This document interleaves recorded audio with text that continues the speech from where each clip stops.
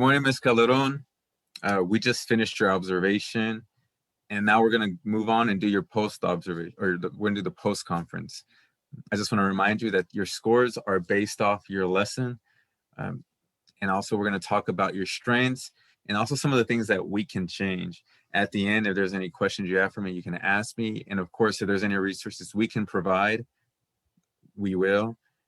And so let me ask you first, how do you think you did? And what do you think some of your strengths were? Okay, good afternoon, Mr. Peña. Thank you for having me today. I think the lesson went really well. I have a very good classroom management. I have a lot of students, and you know how controlling those 6-year-old little bodies. Uh, if you don't do it right, it's not going to happen. Instruction needs to run smoothly. So I think I do a great job with classroom management. The students respect one another. You can tell that I have a positive rapport with them. We love one another. We just respect one another. All answers are expected. Everyone's supposed to participate. And you know, if someone says something wrong, we don't laugh. We grow. We grow from that. I also always make sure to state my objective in a student friendly language. Stating just the teaks doesn't really help them. They don't understand it. So I always make sure to take time, tell them what they're going to be learning by the end, what they should be able to do. And I think I did a great job at doing that. I also feel that I do a great job checking for understanding throughout the lesson and at the end. So I ask them questions. I stop a lot to make sure that we're at where we should be. And if we're not, we're going to rewind to get to where we need to be. At the end, I do an overall assessment to check if they're understanding the plot and the characters and all of this. You know what? That's great because actually one of the things that I noticed and I kind of got excited myself was your classroom management. You're right; these 6 year olds, they can be a lot to handle. But one of the things I also thought was really really interesting and got their attention was when you said Scooby Dooby Doo, and the Where are students you? replied, "Yeah, where are you?" And just like that, these kids were on task. They got quiet and they settled down. I think that's a great job, especially at a young age where you can connect, Scooby Doo or a character like that. So I think that was a great thing. And also, yeah, I did hear you state your objective. I believe one of the some of the things y'all were doing, or your objective was you were retelling a plot, and the book that was used was Mother Bruce. I think that was great. And you're right. Sometimes, especially for these younger kids, stating the teaks, they're not going to understand what that is. So you put it in kid friendly language, they'll get it. You know, Uh, another thing that I thought was great, I'm sorry to interrupt, but it just came to my head. The choral reading, this is something that I have done in my class like frequently. But if you remember in the lesson, I actually didn't tell them read after me or read with me. I just started reading and automatically they started reading the story too. And it was just so amazing because they were following my tone. They were doing everything that they were supposed to be doing. But at first, I was just going to read the story to them. But when I saw the opportunity to have these students practice their fluency and their tone, their reading with expression, I just took it. And I was like, this is great. This is a story that they had heard before, and I wanted it to use it for practice. Um, to build on characters and plot and everything that you said. Um, but I did now think about some areas that I think I can grow. well, uh, first, let me tell you, you're right. The core reading was awesome. You're right. I feel like you've done this consistently so much that now it's become a routine when the students are reading and they read along for themselves independently. I think that's great. And something also that I did see was you stopped for check for understanding on vocabulary. One of the examples was pesky, right? You asked them about pesky, and you gave them a little bit of time to think, and then the students got it. They replied with annoying, boring, and also you were able to make a real world connection with your lesson, which was great. I think. Yes, another word that I know we did was migration.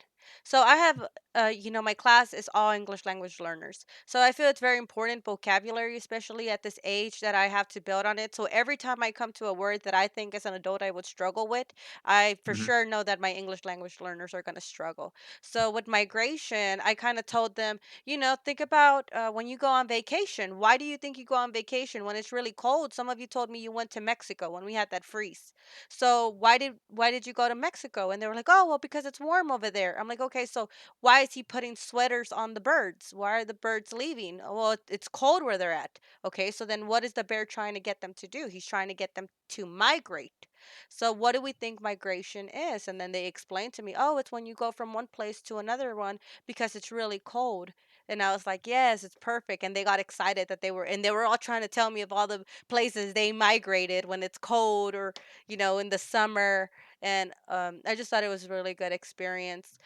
Vocabulary can be challenging for my students, but I try to do my best to get them to talk to one another, get them to make connections, and then sometimes try to use it in a sentence. Right, you're right. I saw the little light bulbs go off in their head, and they got it. Migration, warm, moving to the warm area, and then of course the real connection which you used, the big freeze. Moving to Mexico. Yeah, I think it was great. So you said it earlier that there were some areas that you think you can grow or change. I want you to tell me a little bit about that. What areas do you think you can do So I some was just growing? talking like about how my students are talking. Their student talk, but there's not a lot of kids that don't talk, but I want all my students to be engaged. I want all my students to be talking. I feel most of them are talking, but not all of them. And I think this is more because their social anxieties or underlying things, because I haven't really taken the time to do class building activities. And sometimes it's okay. Children naturally want to talk. They naturally want to make friends, but you're going to have those students that, they don't want to talk. They're scared to talk, and it is my job, I feel, as a teacher, to make sure that I'm building those relationships for those students, that I'm helping them grow and feel comfortable with speaking to others. Because if they're not using the vocabulary that I'm trying to build, if they're not interacting with their peers, they're not going to grow to the level that I want them to. And sadly, I did notice that some of the students that are not talking are my low performers. And I feel that if I'm not encouraging them to speak or doing a better job, I know that I have a lot of students, and that's not an excuse, because I need to make sure that all my students are engaged. And that's something that I really feel that I need to grow on and ensure that all kids are participating. Yeah, you're absolutely right. We want all our students to be engaged, and I did see that, but of course, if that's how you feel and that's what you're aware of, I want you to grow in that area. So let me ask you this, why do you think it's so important, like you said, tailor instruction for all students, like you said, why do you think it's so important for these students to engage, and why, like I said Well, before, tailoring for all students is? right now, that's another one actually of my growth. I feel that I'm not tailoring the instruction for all my students. I know that I mentioned it, that I need to tailor it for all students, but right now in first grade, we have a lot of testing going on. We're trying to test them, especially since there was COVID last year. There's not a lot of data. Didn't get analyzed and do other testing. So I'm starting a lot of the RTI process. I'm starting a lot of the 504s, the ARDs, everything. All of right now is it's coming into play. If I'm not tailoring the instruction just because there's not a 504 plan in place yet, or an IEP, then these students are going to like get a huge achievement gap. First grade is a very huge year. They're learning how to read, they're learning how to write, especially in bilingual. They're transitioning from their home language to English. And if I'm just letting these kids fall through the gaps, then they're going to be way behind, because right now they they have to learn how to get into this other language that they just don't have much experience. Some of them don't have the language support at home, so I really have to push it.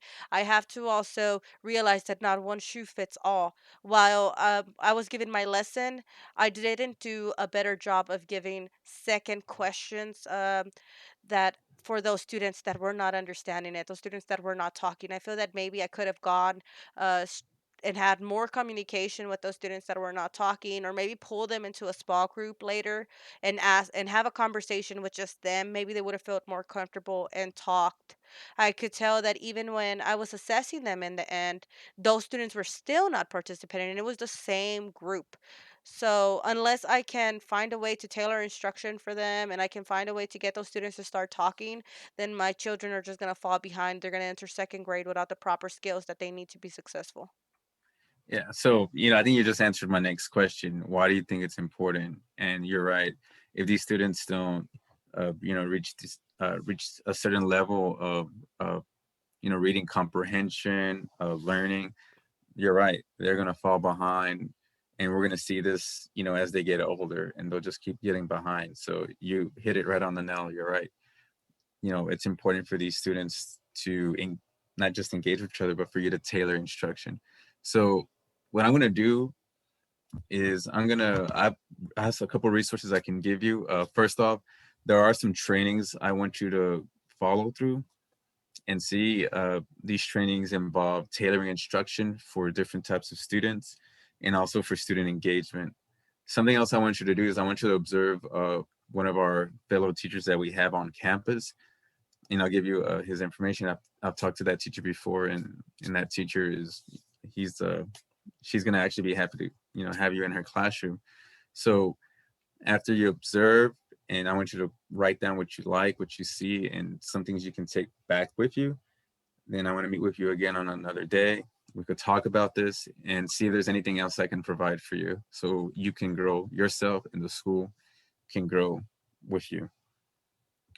Okay, well, So I'm very excited to do that actually. I think I know exactly what teacher you're talking about too. I very look very forward to working with her. She has some great things that I can probably take advantage of. Will my class be covered during this time? of course, yes, we'll have coverage for you, and anything that you need, of course, you can come and ask me, and we're here for you. So again, Ms. Calderon, thank you for meeting with me today, and I shall see you in our next meeting. Okay, thank you so much. And I just want to thank you for being so supportive and helping me grow in these areas.